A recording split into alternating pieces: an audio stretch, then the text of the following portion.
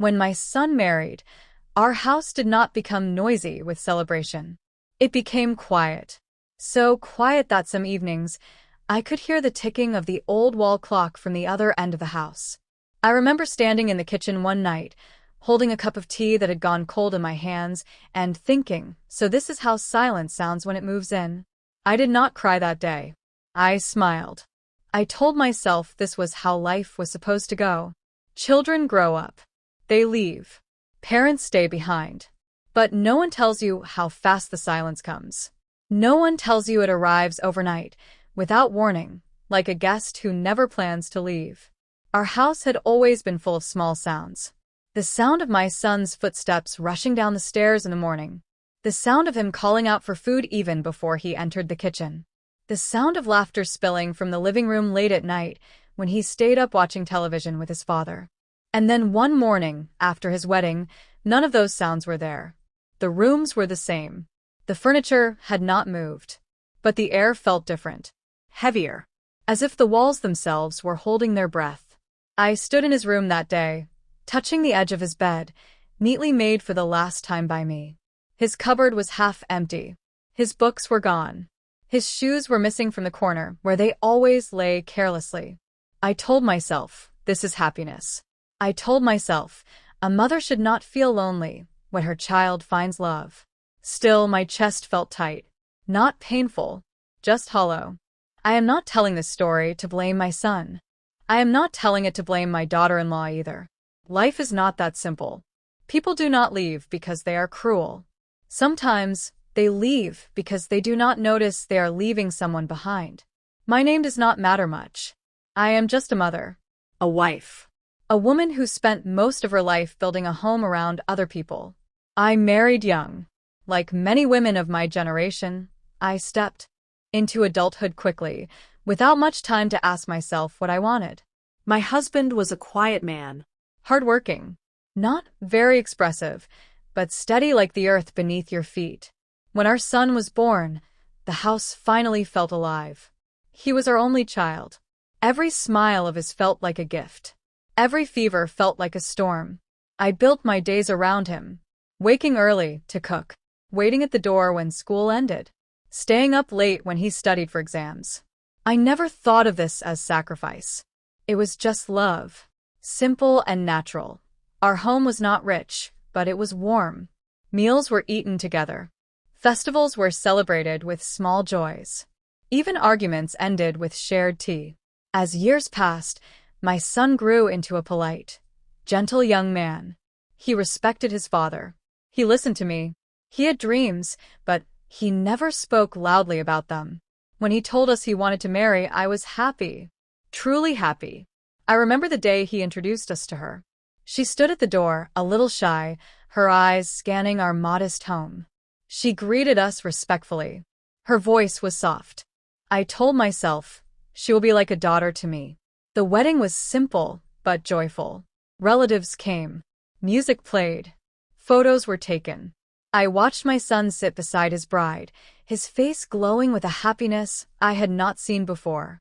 And in that moment, I stepped back in my heart. I told myself, this is no longer my place. After the wedding, they stayed with us for a short while. Just a few weeks. Those weeks felt strange. Not bad. Just unfamiliar. I noticed small changes. Meal times shifted. My son ate later. Sometimes they ordered food instead of eating what I cooked. I told myself not to mind. Times change. Young people live differently. One evening, I knocked on their door to ask if they wanted tea. My daughter-in-law smiled politely and said, "We already had some." It was a small thing. Very small. But I stood outside the door longer than necessary, holding the tray, wondering when tea had stopped being something we shared. Soon after, my son told us they had decided to move closer to his workplace. He spoke gently, carefully choosing his words. "It will be easier," he said, "for both of us." I nodded. I smiled. I told him I understood. What else could I say? On the day they left, I packed extra food for them. Pickles. Sweets. Things I had made with my own hands. My daughter-in-law thanked me. My son hugged me quickly, like someone running late. The door closed behind them. That sound stayed with me. After that, days stretched longer. Mornings felt empty. I cooked less. Sometimes, I forgot to cook at all. My husband tried to fill the silence with the television. But even the noise felt lonely. At first, my son called often. Every few days. Then once a week. Then less. When I called him, he always answered politely. "Are you okay?" he asked. "Yes," I said. Always yes. I did not want to be a burden. I did not want to sound needy. I told myself, this is how mothers become invisible. Our house stayed clean. Too clean. No shoes by the door. No laughter spilling into the hallway. No arguments. No noise. Just silence. I began to notice how evenings felt heavier than mornings. How shadows lingered longer in empty rooms. How rain sounded louder when no one commented on it. Sometimes, I set an extra plate on the table without thinking. Sometimes, I waited for a call that did not come.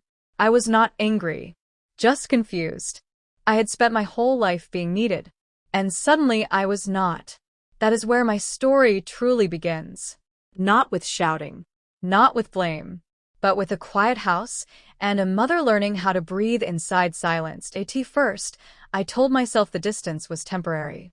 New marriages need time. New homes need settling. I repeated these thoughts like prayers whenever my heart felt uneasy. Days turned into weeks. Weeks folded into months. My son's voice on the phone began to sound different. Not cold, just distracted, as if he was always standing in the middle of something else while speaking to me. "How are you?" he would ask. "I'm fine," I would reply. Those two sentences became our whole conversation. I stopped telling him about small things. About how the tap in the kitchen leaked again. About how his father's cough sounded worse at night. About how I sometimes forgot what day it was. What was the point? He had his own life now. Festivals came quietly. I still cleaned the house. I still lit lamps. But the joy felt thin, like watered-down tea. I waited for a message. A call. Anything. Sometimes, a photo arrived instead. My son smiling beside his wife. A new sofa behind them. A clean, bright home that did not include us. I stared at those photos longer than I should have. Not with jealousy.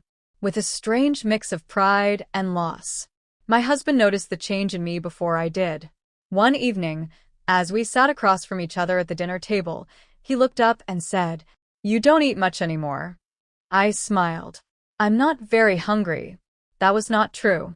I was hungry, just not for food. He did not push. That was his way. As months passed, our son visited less. When he did come, it was rushed. Short visits. Quick conversations. He checked his phone often.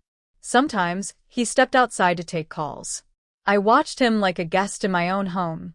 My daughter-in-law came even less. When she did, she stayed polite. Careful.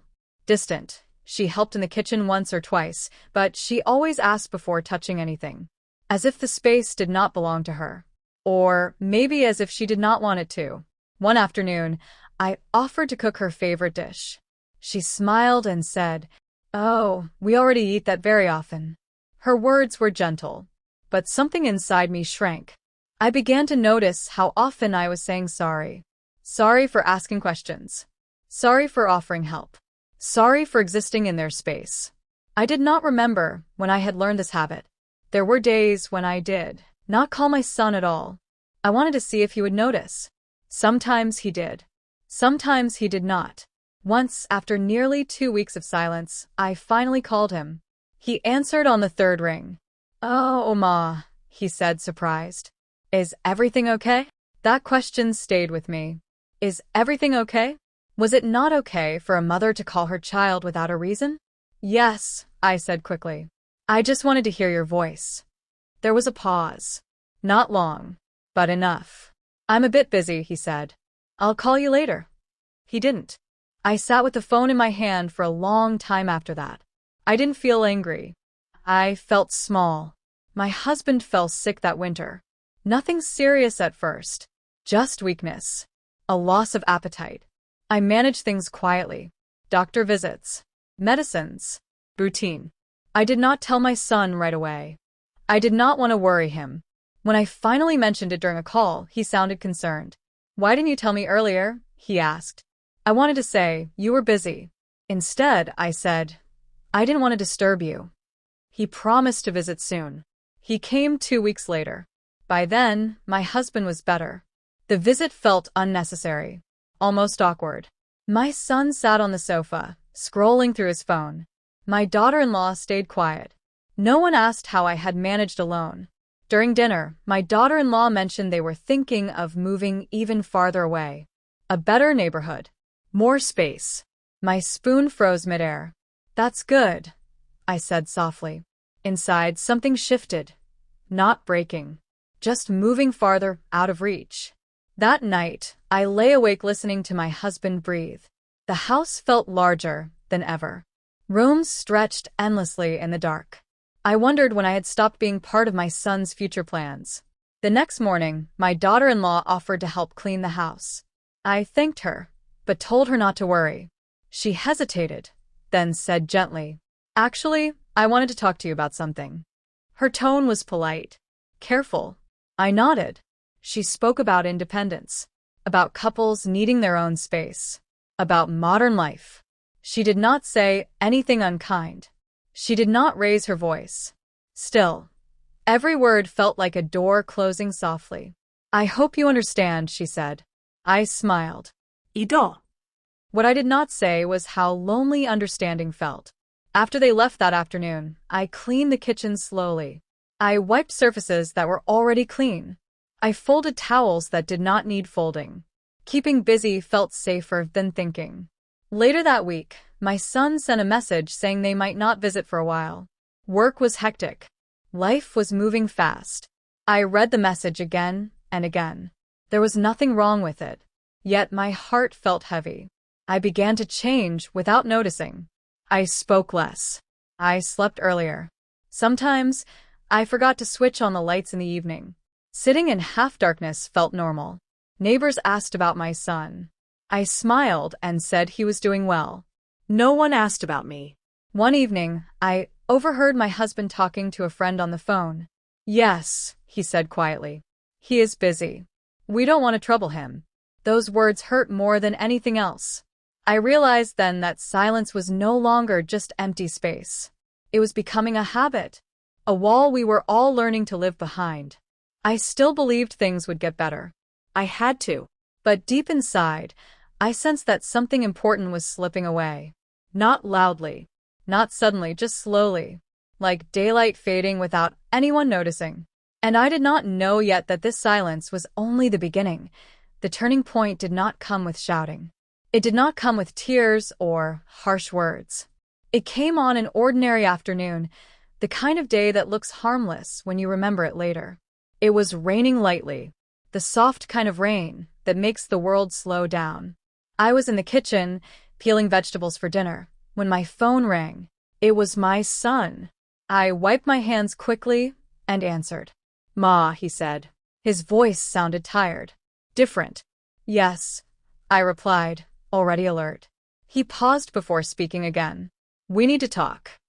Those 4 words made my stomach tighten. He said they would come over that evening. Both of them. He did not explain why. I spent the rest of the afternoon cleaning the house more carefully than usual. Not because it was dirty, but because cleaning gave my hands something to do while my thoughts ran wild. I told myself not to imagine things. I told myself this was just a visit. Still, I set the table neatly. I cooked extra food. Old habits do not leave easily. They arrived just after sunset. The rain had stopped, but the air felt heavy. My son greeted us politely. My daughter-in-law smiled, but her eyes avoided mine. We sat in the living room. No one turned on the television. The silence felt thicker than before. My son cleared his throat. He looked at his wife, then back at me. "Ma," he said slowly, "we've been thinking a lot." I nodded. I folded my hands in my lap. He spoke about work pressure, about long commutes, about stress. Then he said something I had not expected. "We think it might be better if you and Papa consider moving. The words landed softly. Too softly. Moving? I repeated. Yes, he said quickly. To a smaller place. Somewhere easier to manage. My daughter-in-law added gently. It would be more comfortable for you. I looked at them both. They looked sincere. Concerned, even. Yet my heart began to pound. This house, I said slowly, has been our home for many years. Yes, Ma, my son replied. But things change. Change. That word again. He explained how property prices were rising. How this area was good for investment. How it made sense. He did not say it directly. But I understood. They wanted space. They wanted distance. And they wanted it without guilt. I smiled. I do not know where that smile came from. I see, I said. Inside, something cracked. My husband remained quiet through the conversation. When he finally spoke, his voice was calm. We will think about it, he said. That night, after they left, I sat alone in the bedroom. The rain started again, tapping softly against the window. I did not cry. Not yet. I walked through the house slowly, touching walls, looking at corners. This house held our whole life. My son's first steps, his school days, family meals, festivals. And now it felt like borrowed space. A few days later, my daughter-in-law called me. Her tone was polite, but firm.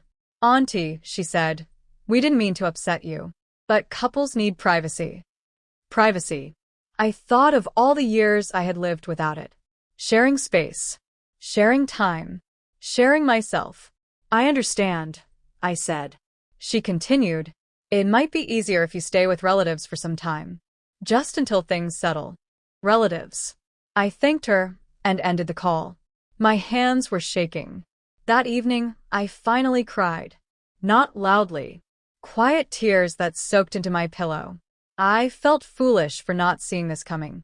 For believing love always stays close. My husband found me sitting on the bed, staring at nothing. They didn't say anything wrong, he said gently. They are young. I know. I replied, that's what hurts. Within weeks, decisions were made around us. Papers discussed. Plans drawn. No one asked where we wanted to go. Only where we could fit. One afternoon, my son came alone. He sat beside me. Ma, he said, softly this time, please don't make this difficult. That sentence hurt more than anything else. I wanted to ask him when I had ever made his life difficult. When I had ever asked for more than a place in his heart. But the words stayed inside me. Instead, I said, I don't want to stand in the way of your happiness. He looked relieved. That was the moment I understood. I was no longer part of his present. I was part of his past. The house that once echoed with his laughter now felt like a place I needed permission to occupy. A week later, I packed a small bag. Not everything, just essentials. I walked through the rooms one last time before leaving. I paused at the doorway, looking back. No one stopped me. No one said, stay. As the door closed behind me, I felt something leave my chest. Not pain. Expectation. And in that moment, I realized the silence was no longer outside the house. It had moved inside me that I stayed with a distant relative at first. Their home was kind, but unfamiliar. I felt like a visitor who had stayed too long, even though no one said it. I kept my belongings neatly packed. I did not want to spread myself too much. I had learned how easily space could be taken away. My husband tried to stay strong. He told me it was temporary, that things would settle. But we both knew something had changed forever. Days passed quietly. Too quietly. I woke early out of habit. I made tea for two, then remembered there was no kitchen that belonged to me anymore. Sometimes, I stared out of the window, watching other people live their lives. Children going to school. Mothers calling after them. Doors opening and closing. Life moved on without noticing me. My son called once in a while. His voice was polite. Careful. How are you managing? He asked. I'm fine, I said. That word followed me everywhere. Fine. It did not mean happy. It did not mean content. It only meant quiet. I did not complain. I did not accuse. I knew if I spoke honestly, my voice might shake.